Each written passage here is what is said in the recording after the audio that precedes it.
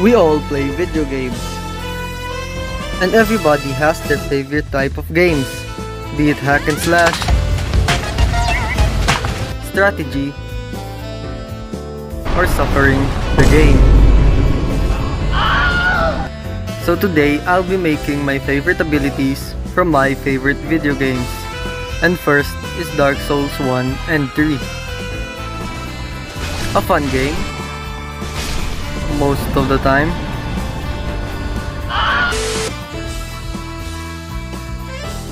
Ah, hello. You don't look hollow, far from it. First one I'll be making is Solaire of Astora from Dark Souls 1, which is one of my favorite video game characters of all time. As for his first skill, it's a simple sunlight spear, where you create a spear made out of lightning and throw it away.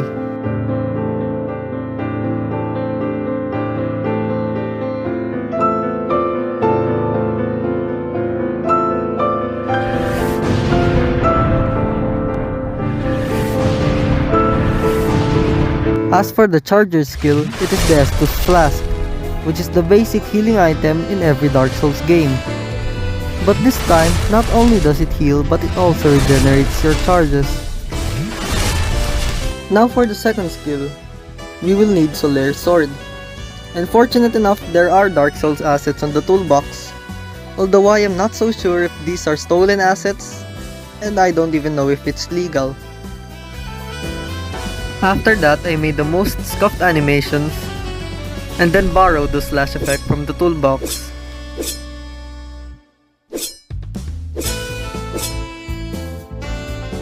As for the third skill, I reused the skill from my abandoned JoJo game.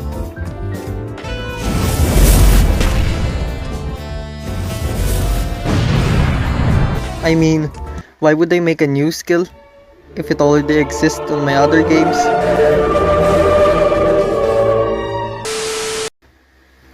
Now for the fourth skill. Solaire's purpose is to find his own son. Seek my very own son. But what does that mean? I have no clue. So I just gave him his son and made it this gigantic thing.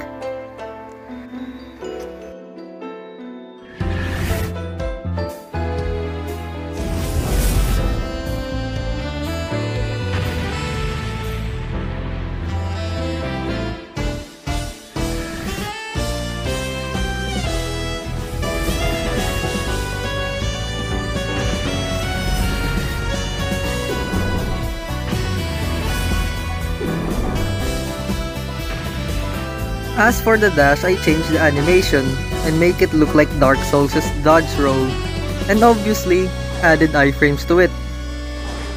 Although since I am a dumb developer, it can only go forward. Let me guess, fate of the undead, right? Well, you're not the first, but there's no salvation here. You'd have done better to rot in the undead asylum, but too late now.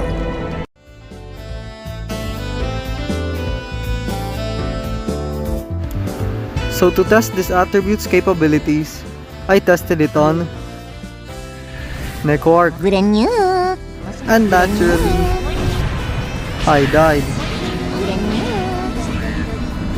So I buffed skill 4.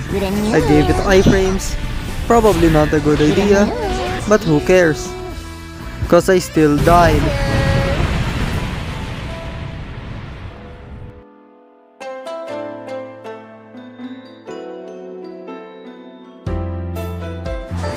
This attribute is actually easily obtainable by talking to Solaire.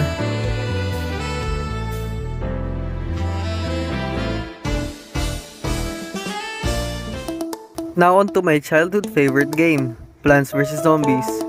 Most of my time playing video games as a child was spent on either this or Minecraft. Hello guys, welcome to my Minecraft Let's Play. Although I don't really want to make a Minecraft attribute, so I'll just be making a Plants vs Zombies one, which is about my favorite plant, corn. All of them. So first I borrowed the Cob Cannon model, and for some reason my brain was like, union it. Ah yes, union 700 parts together. What a great idea. And so, my Roblox Studio crashed. Then I had a sudden realization that this model is made out of meshes and you cannot union meshes together. Which means what I tried to do is a waste of time and it wouldn't work anyway. I'm the best developer, not gonna lie. The first thing I did is to summon it. And since my brain has damage, it took me an hour to successfully make it summon. And spent another 15 minutes making it shoot.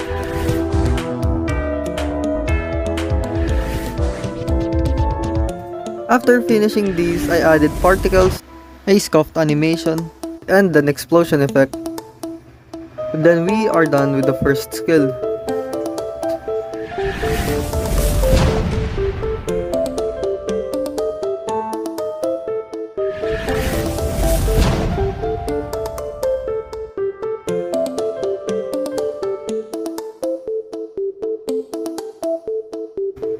Now the second skill is probably the most worthless skill I've ever made for this game. It has an inconsistent aim, a small hitbox, very little damage, and the mediocre stun. Why does this exist? No idea.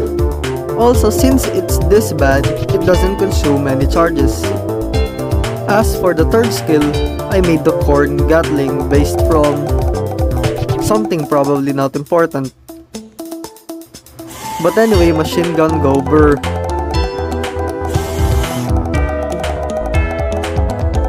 As for the charger skill, it's the sun.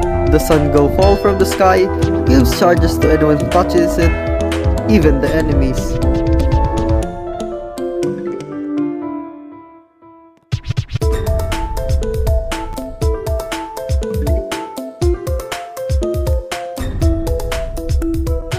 Now as for the evasive, I made the classic lawnmower, which is just a simple mesh that I probably didn't steal from the toolbox.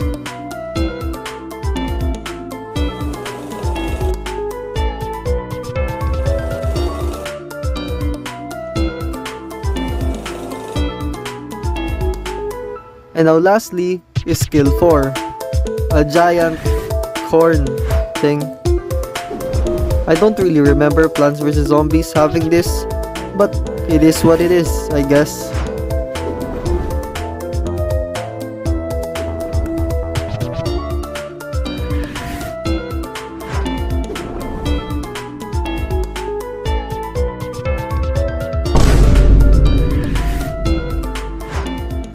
As for the obtainment method, you will fight against a horde of zombies and hope that one of them would drop the corn attribute.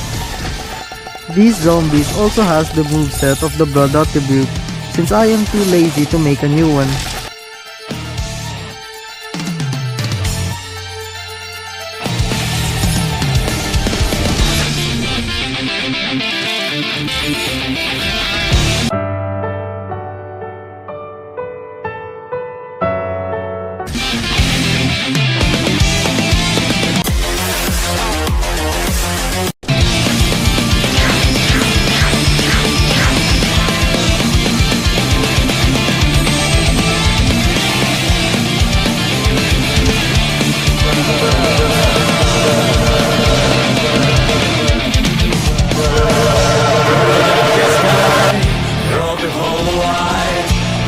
Crying for the moon.